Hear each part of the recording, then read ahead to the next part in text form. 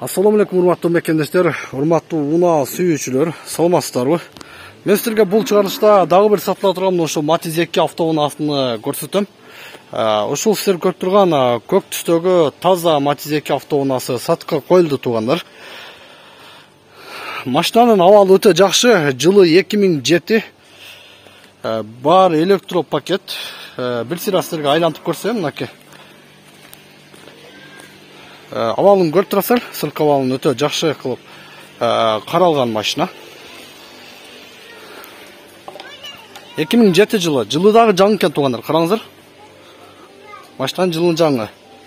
Так, азыр мына ички салонуна көрсөтөм, мынакей. Алдыңкы айнектер электро көтөргүчтө.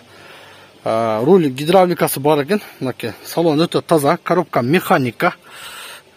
Так. Мына потолокторун караңыздар, потолоктор дагы таза. Чехолдор бар, өтө жакшынакай. Машинамда караганда жакшы көрүнөт экен. Азыр сиздерге моторун дагы бир көрсөтүп берейин. Так, мынакей.